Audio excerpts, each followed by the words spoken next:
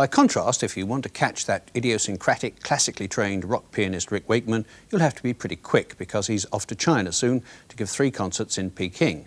In a moment, I'll be talking to him about that and also about a rather more fascinating project, a Broadway stage musical with book and lyrics by Tim Rice, co-author of Jesus Christ Superstar and Evita, of Orwell's 1984. Just think about that for a moment and you may well ask yourself, yes, but where are the laughs going to come? Well, I trust we'll find out quite soon. Meanwhile, let me tell you that the enterprise came about as a consequence of Rick Wakeman's album, released last June and inspired by the same source, called 1984.